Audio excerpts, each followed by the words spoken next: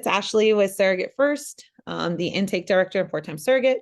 I am so honored to be able to have Alexandra French from Gift of Surrogacy Foundation.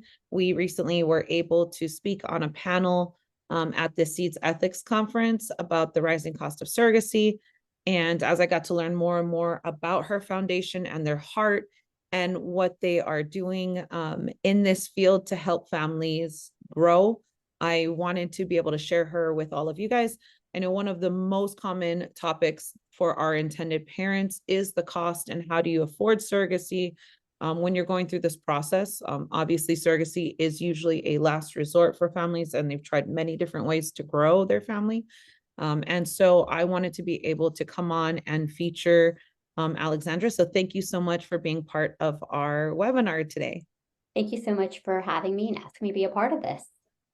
I wanted to kind of just start off with a little bit of introductions. Everybody knows me already. I'm here every other week with Yesenia and Jasenia. And so I am the intake director. If you have any questions about SurrogateFirst, I oversee the intake process. So if you have questions about screening and education, matching, anything that you would need, definitely reach out to me at ashley@surrogatefirst.com, ASHLEY, and then surrogatefirst all spelled out.com.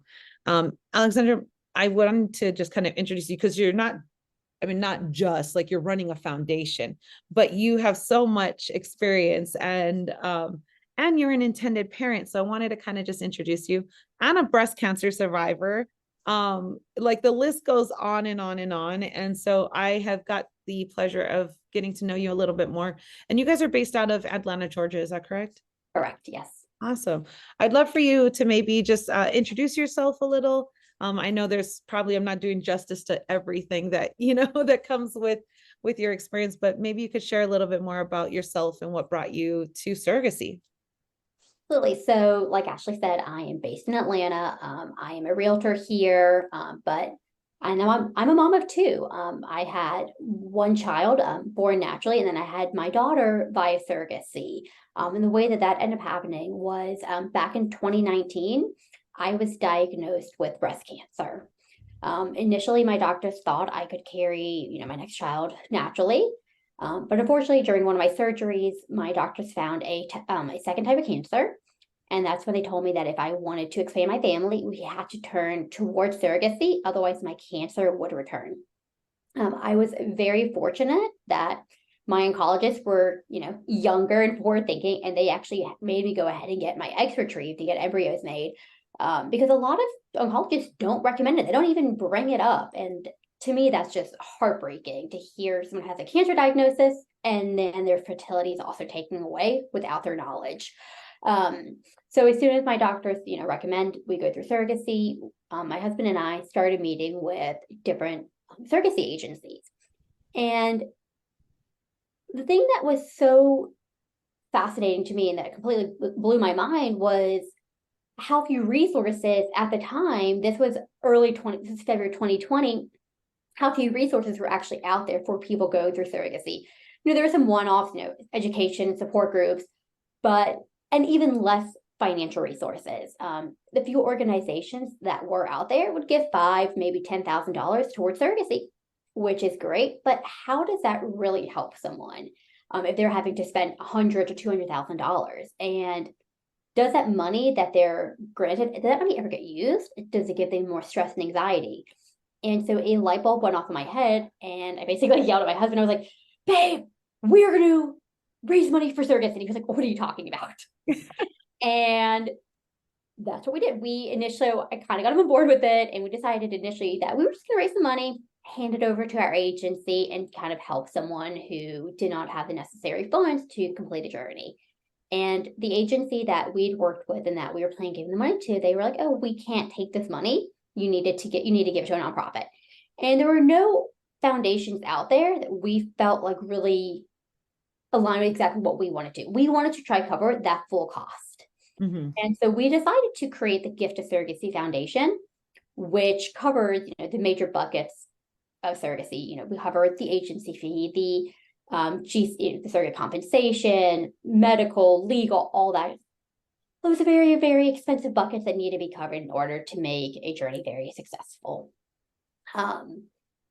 We waited until after we kind of experienced all of the emotions ourselves as intended parents, because even though this was a grand dream of ours in February of 2020, we knew we needed to wait. We needed to know what that matching process felt like. How did it feel like dating your surrogate? How, the anxiety of that 2-week wait of, is she pregnant? Is she not pregnant? Yeah. What's it going to be like when, someone else is delivering your child? Are you going to be in the hospital room? What happens if it's going to be a C-section? And then those emotions after the fact of what does that relationship look like with your GC? And so we decided we wanted to wait throughout the whole process. And then once our daughter was about 6 months old, we were like, okay, it's now time to hit the ground running. Yeah. And last week, or 2 weeks ago, I guess now, we just gave away our first grant for $100,000 to a couple Amazing. who could not be more deserving. That is so amazing. I know when I got that email, I was super excited and, and definitely wanted to just celebrate the fact that that's huge. That's life-changing. Like, as surrogates, we're doing this because we want to help families. And here's a foundation out there who's doing the same thing. They just want to help families. And so I definitely was excited to be able to feature everything, about what you're doing and even how people can help. And then what are some other options? So we'll definitely go over a couple of things with the webinar. We're going to go over, learning a little bit more about how Gift of Surrogacy Foundation works. We'll talk a little bit about statistics, how to afford surrogacy, ways to support the Gift of Surrogacy Foundation. And then if there are any questions, we'll look at our lives. A lot of our people join through live, some will join through the webinar, and we'll go from there, definitely. How does Gift of Surrogacy work for families that are looking, like, where do they find you? What does the process look like for them? So they can find us, everything's at Gift of Surrogacy Foundation, on all social media platforms. And then our website is giftofsurrogacyfoundation.org. We are very responsive on all social media platforms and via our website as well. Awesome. And so is it an application process? Like, what does that look like? Like, yeah, absolutely. So interviews, are they giving their left kidney? Like, because we are giving away such a large grant, there is an application process involved. Right now, our current grant cycle is closed, but we do hope to open that back up in Q1. This initial grant was only for Georgia residents, and we do plan on expanding that next year to more states, which we are so excited about. But that application process does, ask a lot of personal questions. We're obviously going to be asking, all about you, personal statements from the intended parents, but also asking for a letter of recommendation first, I guess, a letter from your doctor saying why you need to go through surrogacy.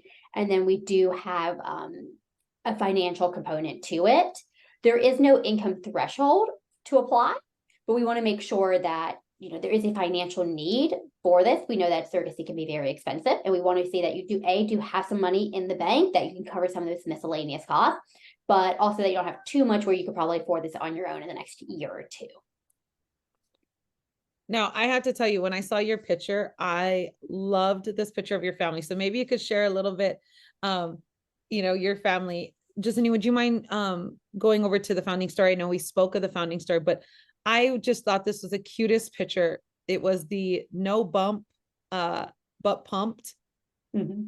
How was that journey for you as an intended parent? Getting to know your surrogate, and like you said, dating your surrogate, dating this woman, like it's to me, it's the craziest, thought of, like, I would say it's arranged marriage extreme version, where it's like, hi, how are you doing? Nice to meet you. Want to grow a baby together? Yeah, great. And then you're like, okay, who is this person that's growing my little human, I think that is a very, very good way of putting it. I'd never really thought about that way, but that makes a whole lot of sense. That initial dating, it's so interesting. It's like you're sitting there making small talk of like, oh, what shows you watching on Netflix? Oh, what college football team do you like? And all of a sudden it's like, okay, yeah, you're holding my baby. but there's, you're constantly tiptoeing throughout the whole thing. Our son, who's in this picture, he was so excited. He was really one of his only friends that didn't have a sibling. So he couldn't wait to be a big Oh, brother. He wanted to, I remember that first time that we saw our surrogate after she was pregnant. I mean, she had been, weeks at this point. Our son, he ran up there and he put his hands on her belly. And I was like, is that okay? And she was like, yeah, yeah, that's fine. But I was just like, oh my gosh, that didn't even cross my mind initially to ask, like, can we touch your belly? But my son, he was so excited. He didn't care. He just went straight for it. I love that he That is my knew. sister in there. And he knew that. And he's the one who actually told like all of his teachers that he had a sister on the way before we had gone public with everything. He was telling everyone. He was probably even more thin than we were in a weird way. But it was just so sweet. And we still have like a great relationship with our surrogate and her husband. Our son considers their children his cousins. I love that. And it's just like the connection that they have is adorable. The way the kids interact. Our daughter, even, we probably see our surrogate and her husband, a couple times a year, but every time that we do, she runs up to them. She gives them out, like she knows them. She feels Yeah. connected to them. And that's just something you can't really explain to someone, nor can you, there's something that I would have expected or anticipated during the process. Yeah. No, I love that because, out there in the surrogacy world, you always hear about the surrogate's children, but you don't hear about the intended siblings and what they're going through and that excitement. And I love the fact that he knew like my little sister is in there and I'm going to let her know I'm here. Like, It's so funny. Now he's like, I want a brother. And I'm like, well, it's not gonna happen. He's like, well, just go ask yeah, X for just take another play. I'm like, doesn't work like that. yeah, no, that's But I'm awesome. like, I it's just love so that. funny, like how their minds work and what Yeah. they're thinking and processing. My children themselves, so like my son, my daughter and my son are 5 years difference, and so for us, if you asked him like how do you get a sibling, he's like, you got to pray hard for, because he had waited for so long. But when she came, he felt like that was his baby, like that is my responsibility to you know it's my responsibility to care for her, diapers, whatever she needs, that's my baby, and And so that's so funny because those were the exact words that our son had used too. She's my baby sister. She's my responsibility. yeah. And it's very heartwarming when those kids have that connection on the front Yeah, end. wait till they're teenagers. But yeah, right now, it's wonderful. Oh, I love that. Okay. Um, I just could, and then we've got this handsome man right here. And this is hubby. How did he do with the journey? Hubby did great. He was fully involved. He didn't know what to expect. Um, kind of let me initially, run with it, and then was like, okay, I love our GC. I love their husband. I love their kids. Like, okay, I want to be more involved throughout this process. I want to learn more. Initially, I think his mindset was like, okay, this is a vehicle to get to, completing our family. And as soon as we started the journey, he was like, oh my God, this is so much more than that. I can't believe my mindset was X and now it's Y. Oh, no, I tell parents all the time, like, I know in the beginning when I'm as an agency, we're going over numbers, we're going over like, what are we looking for in a surrogate, what surrogates are looking for in parents. And I tell them all the time, like, it seems transactional, but the moment this starts, the moment you have that match meeting, the moment you look at a profile, you're going to realize how much more relational it is. So like, keep yourself open, know that, as surrogates, we want them part of it. And I think the important, thing to keep in mind is that you've went through this, you understand this. So as parents are coming to the foundation, it's not something like, oh yeah, it's expensive. You're like, hey, there is so much to this. Like, let me share. And so I think that's valuable to parents. I'm sure you guys aren't going, no, no, no, we're not talking about surrogacy. Fill out my application, No, not at all. And that's, a lot of times, when people are coming to the foundation, they may not even be coming because they want to be, they want to, apply for the grant. They're coming for that support aspect. They want to be able just to ask questions. They, of course, they might be talking to different agencies, but they want to talk to other intended parents. They want to know what it feels like, okay, we've matched, we've been in medical clearance now for weeks. Like, how much longer is this going to take? how much longer is legal going to, what is this emotions feeling like? How often is too often to text the surrogate? And should I get a gift for the holiday? Should I get a gift for the child's birthday? Like they want to just bounce ideas off of other intended parents who've kind of been through this. And I think that the waiting process for most intended parents is equally as difficult as the financial, pill to swallow. I think initially people are like, get the sticker shock of the price. Yeah. And then if they can afford it and they can get the grants together, get the family help, whatever it may be, and then they actually, start the journey, it's the waiting and the unknown that is the hardest part for them. Because I think a lot of people's mindset is, okay, great, I've matched with, our GC, and this time next year, we're gonna have a baby. And you're like, it's probably not going to be this time next year. It may be 18 months from now, 2 years from now, because you got so much to go through first. You got to go through your medical, you got to go through your legal, you got to go through your psychological, and there's just that waiting period between. And then unfortunately, there may be, pregnancies that didn't take. There could be trauma involved. There could be life happens. People may want to wait on a transfer. People's linings. There may be polyps after you remove. Like, things happen, life happens. And so everything just takes so much longer than you ever anticipate. So prepare yourself for the longest way possible. If anything is shorter, fabulous. Yeah. I try to tell people like we will, under promise, over deliver, because people are like, well, are we going to get pregnant in like 2 months? And I'm like, that's not how it works. Like, we've got 4 to 7 months to hopefully get to a transfer after you've got medical screening, legal, prepping for the transfer. And then you've got a human body involved. And sometimes that doesn't work out. Like, I tell women, the only time we wait for our periods to start is when you're in IVF cycling. Like, none other dear, you're like, I hope it comes. I hope it comes. It's just yeah, it's definitely a hurry up and wait game. Jen White had told me one time that it's like being in a desert with a fire hose, and you're like, just, you're dehydrated, you want water, and then it turns on and you almost choke at how quick you have to go, and then it shuts off, and then you're needing it again. And so, yeah, it definitely is a wait. These were some of the statistics that we had seen on your website. So, you guys mentioned about 750 gestational surrogacies in America per year, and a lot of them aren't like, not a real tracking way. It's hard to know how many very surrogacies are hard. going on. And that's this number, and I believe that this is a very outdated number now. It's, American to American. That doesn't involve international, Americans going out of the country and people from out of the country coming to America. Wow. Okay. Yeah. At our agency, we help about 50%. So 50% domestic, 50% international. So yeah, that's definitely, it's hard because the surrogacy field is, while we feel it's big because we're like engulfed in it, it's a very small field. And so there's not a lot of studies and statistics kept when it comes to surrogacy. It's hard. I do agree with you on this though. 150,000 for a surrogacy in America. It really has increased. And I would say that's probably the average, some definitely being lower, and then some having complications. And that's the thing too with parents is with our statistics, we were finding parents are under budgeting about $30,000 in their budgets. And it's because maternity leave, a C-section, an embryo splitting, bed rest, like there's just so many. Yeah.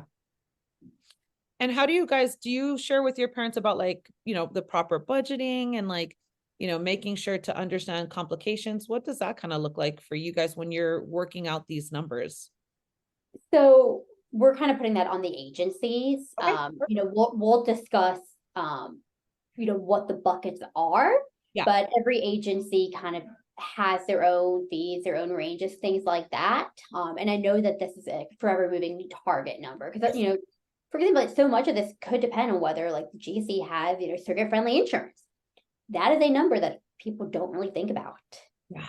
And so kind of like leave those to the professionals. That and liens. I mean, there's just, yeah. So no, bring it on over to us. We'll answer all those questions. We're always on that side of it. 48.5 million people globally face infertility issues. I had seen Resolve brought out something like 1 in 6 in the world deal with infertility, or struggle with fertility. I prefer to say struggle with fertility. And then 1 in 8 in the US. That's just, that's, It's a shocking number, and if it's, a high pill to swallow. Because yeah, they I think it was earlier this year that the World Health Organization changed that number from the 1 in 8 to 1 in 6. That was a big deal. And because of that number, like that's something that like I feel very strongly about surrogacy. Like 10 years ago, no one talked about IVF. It was all very hush hush. And if you were going through IVF, like you didn't tell him what you were going through. You kind of kept your struggles to yourself. And now everyone's like, wish me luck, sticky vibes. Like I'm going in for a transfer. I'm doing an egg retrieval. We're going for another round. Like, and everyone's talking about it. And I feel like the more surrogacy is talked about, the more commonplace it's going to become. And so maybe that 750 number may actually increase that. I'm sorry, I've got a sneeze. I apologize. No, you're, bless you. But yes, I just think the more that it's talked about, the more common it's going to be. Hopefully, we'll see more intended parents being open about it. Maybe we'll see more GC sharing their story, or more GCs coming out there saying, hey, like raising their hand, like I will help. Like this is such an amazing thing. You are truly giving someone that gift of life that they wouldn't have otherwise. And it's not just like for, infertility issues that people have to turn towards surrogacy. There's so many different reasons. Obviously, mine was a cancer diagnosis. You got fertility. You have people who are born out of uterus. You have people that can't withstand it because they, they're just, their body's not mentally, physically strong enough. They've had to go through too many surgeries, whatever it is. And then there's also like the psychological aspect that some people feel like they can't go through it because they've maybe had too many miscarriages, or the, the cycle, or the unknown factors too. Yeah. No, and definitely. And I think on the other end, it's important for people to realize that you have someone in your life that is struggling to conceive, whatever the reason could be. Like your family's touched by this, your family, your friends, you have people that, a lot of times are silently struggling and they're dealing with this. And, foundations like this are important. I just recently had an email come through from a foundation, and I was like, how many people have that connection? Like how many people could help? And every little bit count. I only donated like $50, right? And you think in the grand scheme of them, right? $50 from 10 people, from 100 people, from 5, like every penny counts. Yes. And I think that's so important. I think sometimes people think like, my little donation is not going to make a difference. But if you're little and my little and their little, we can really help families that are going through this, that are struggling to be able to accomplish so much.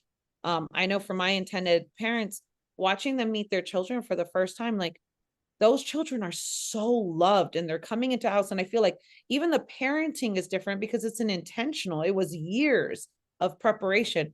Here I am, freshly out of high school and like, oops, like, okay, let's figure this out, little guy.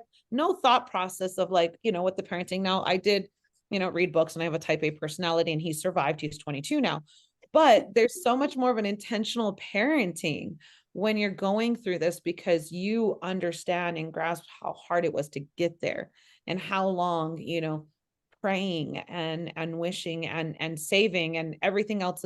And in the next slides, we'll kind of go over what people can do, because there's so much that you can do. And like you said, every little bit counts. Where you may not get one lump sum here, over time, you're able to figure out a way to make this a realistic, option for growing your family. Absolutely. There, thank you so much.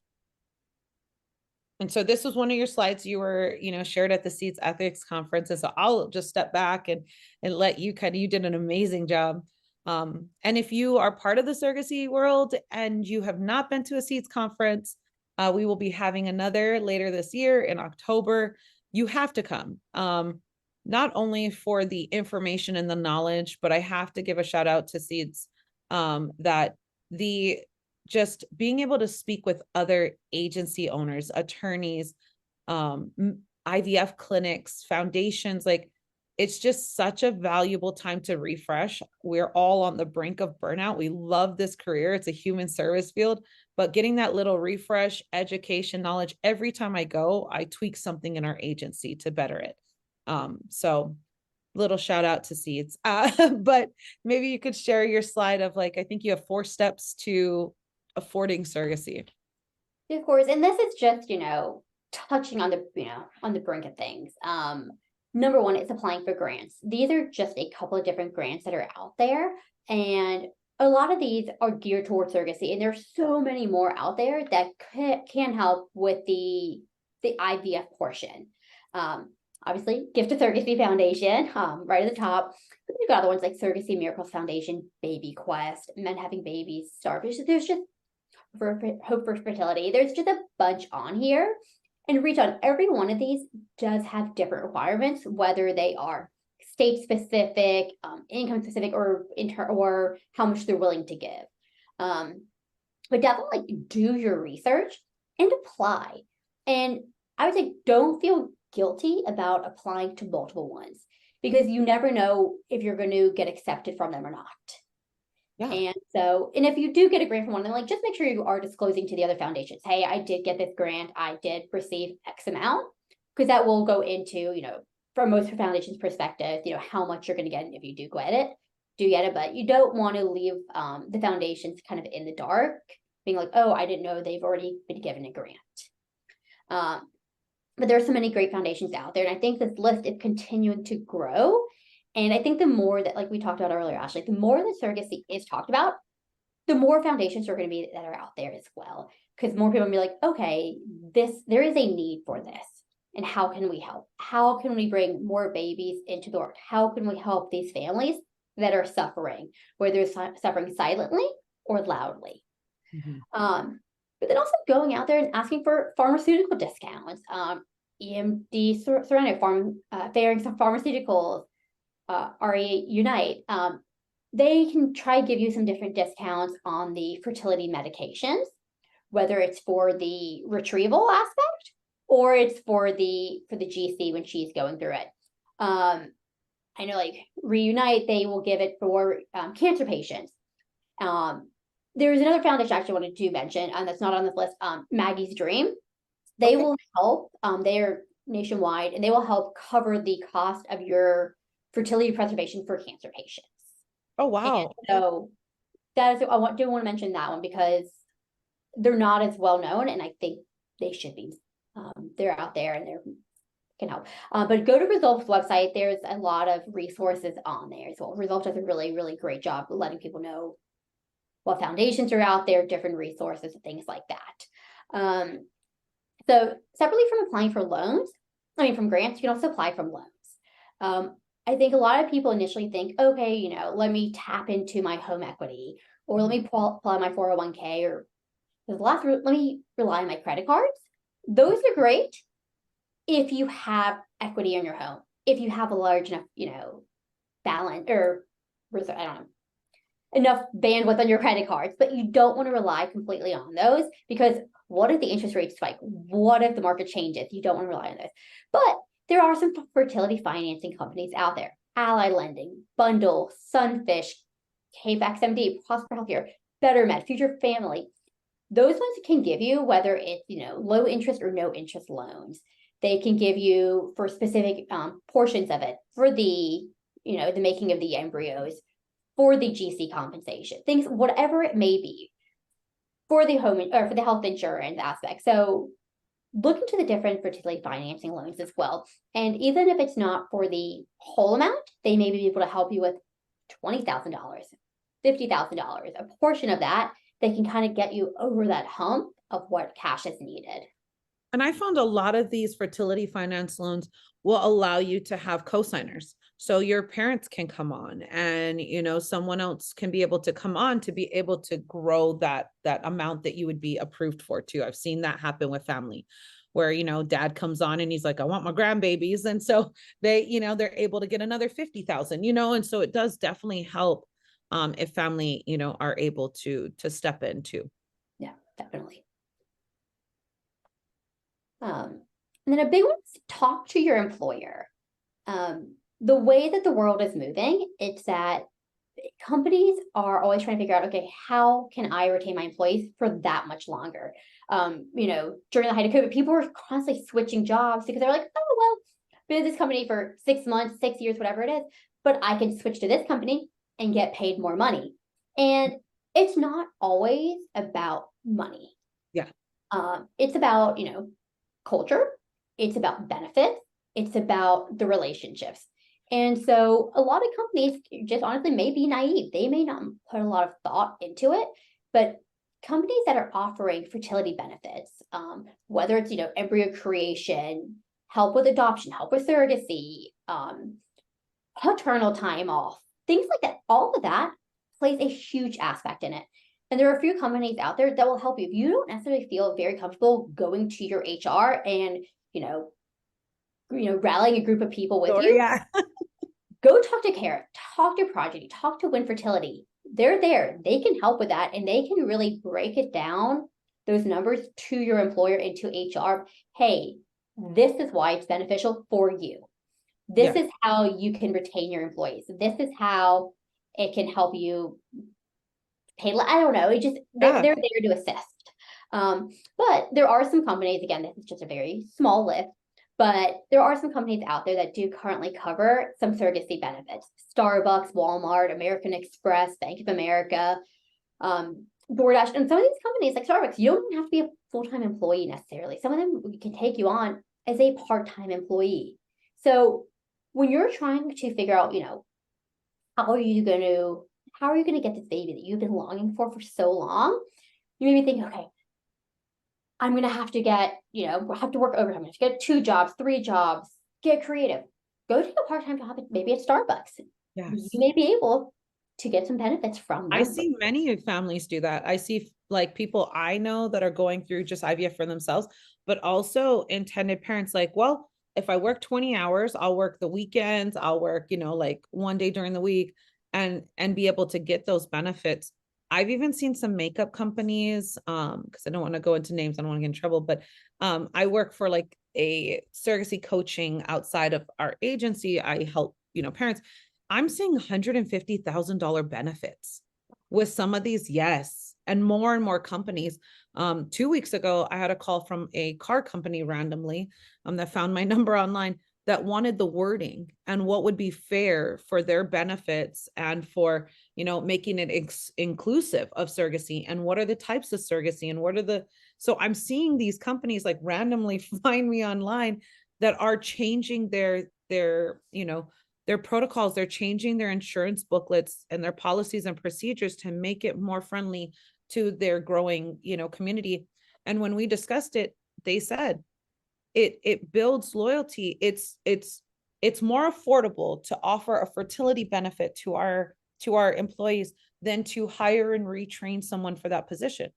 And if we're helping them through this, they are happy and they're staying. Happy employees are productive employees, and so by doing this, I think more and more large companies are going to see that this is a benefit to them just as much as it's a benefit to their employees.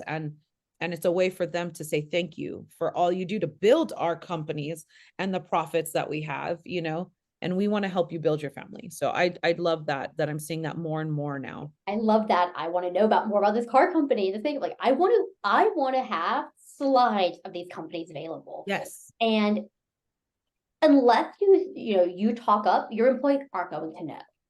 Yeah. And it's one of those, the more you talk, the more repetition, the more they hear it, the more like, okay, more people are going through this.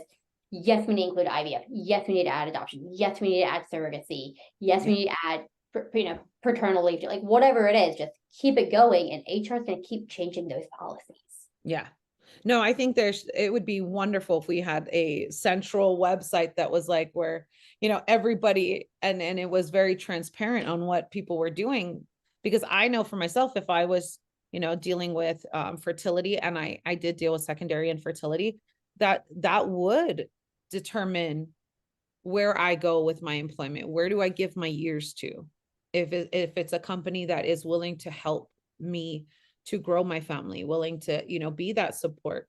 So yeah, no, I think like you said, we need to hashtag these companies and put it out there for the world to know, like, these are the people that are offering $150,000 to their employees, that are willing to take on that burden of surrogacy for their team, you know? I mean, but like you said, I mean, that loyalty. I mean, if you're thinking about it, you've been in this company for a few years, and all of a sudden you look over and you see your child that this company helped create, you're not going to leave that company. You're so like indebted to them. You're so grateful for them. Of course, you're going to give in your sweat and your tears and your years of love and labor.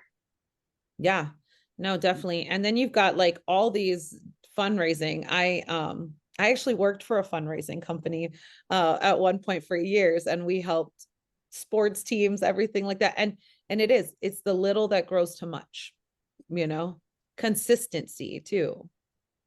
Absolutely. So there's, just a couple of different fundraising, and some of these, they're not going to cover the full cost, Yeah. but they're going to help move that needle just a little bit. If you can get a couple $100s, a couple $1,000, every little penny adds up. So if you talk to your employer and get a little bit here, and you apply for a grant, get some here, and you host an online fundraiser, you, instead of holiday gifts or birthday gifts, you're saying, hey, I want, whatever you were going to spend, you're going to spend $25 on my birthday gift or $50. Yes. Give me cash instead. You can partner with local businesses. Say, hey, can a portion of the proceeds from dinner tonight go towards, my fertility, and this is why this is important. This is my story. Host an event, a jewelry sale, something like that, makeup, do a garage sale, everyone accumulates stuff, puzzle fundraisers. Those are really cute. I'm not sure if you guys are familiar with those, but you take a picture. It could be of, you and your significant other, or a map, whatever you want to be. And you sell the different puzzle pieces to create the amount of money that you're trying to raise. If you're trying to raise $100, you sell each one for $5. Okay, how many pieces are you going to need? And everyone feels like they're part of this journey. They've aided in completing that puzzle of your family. And I of course, love that. I do that for budgeting, like that's, colored squares to know, yeah, because visually I can see it. I'm thinking like I want to create a you know, help me make a baby app, you know, where like people can go on and it's just a one area. You're like, oh, we colored in a toe, you know, like we colored in an embryo. You know, it so would be amazing, so that there's one area people can donate. And that's smart, like with employers and their bonuses, with your friends and your family and gifts, with, you know, extra monies that you have, like just pulling that all together.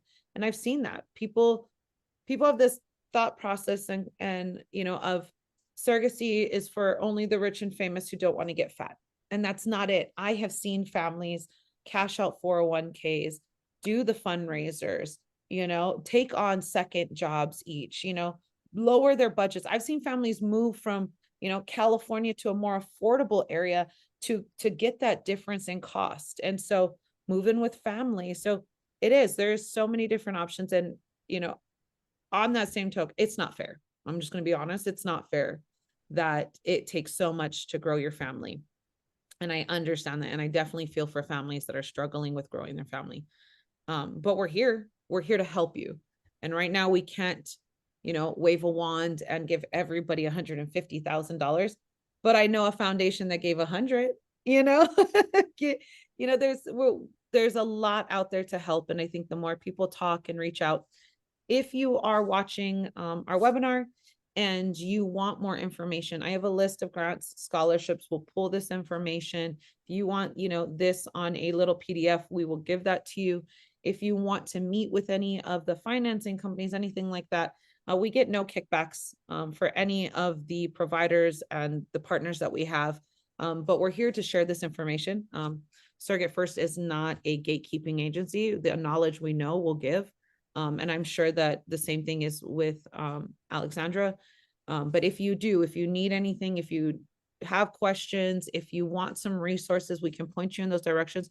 I guarantee I probably have an email template with the information, so it's not very hard to send that off to you. How would people get a hold of you or your foundation? you could email us at info@giftofsurrogacyfoundation.org, or reach out to us on social at Gift of Surrogacy Foundation. Awesome. Well, that's easy enough. And then I'm just, because I am naive to this, Jasenia, is that a QR code to the website? Yes, that is the QR code. So you Okay. can, so you can make a donation to them. Awesome. Okay.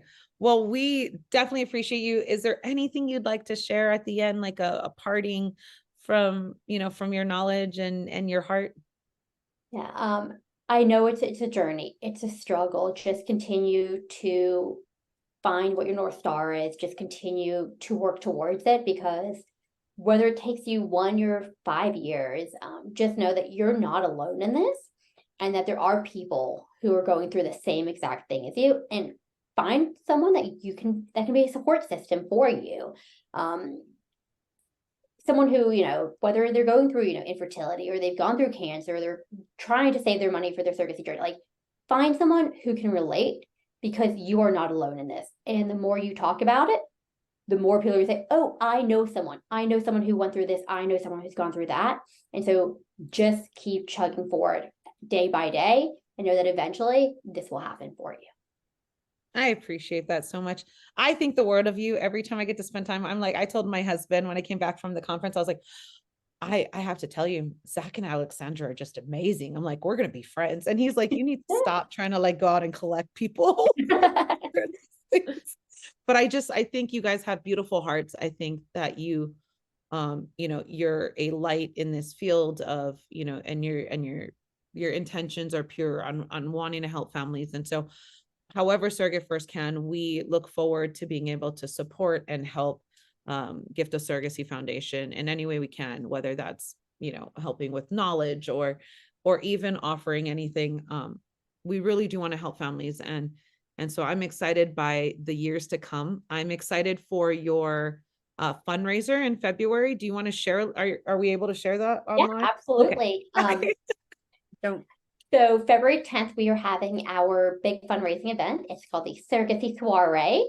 Our whole vibe surrounding it is that there is nothing traditional about surrogacy. So we do not have your traditional boring gala. It is a fun night out where we raise awareness for surrogacy. We dance, we drink, we have a good time, but we also raise a lot of money. And this is our main fundraising event, that the money goes directly to our grant recipients. And I have a feeling that Sorry, I was gonna say, we also do have like an online auction for it. So if someone's like, I can't attend, but I want to bid on something, or I have something that I want to donate, art, jewelry, tickets to get, like, whatever it is, like, everything is online based specifically, so that we don't have to worry about location specific parameters.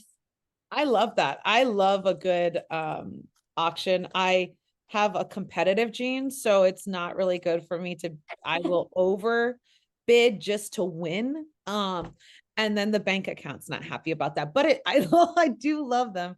Well, we hope to be able to come. Jasenia is in Georgia too. She's right outside of Atlanta.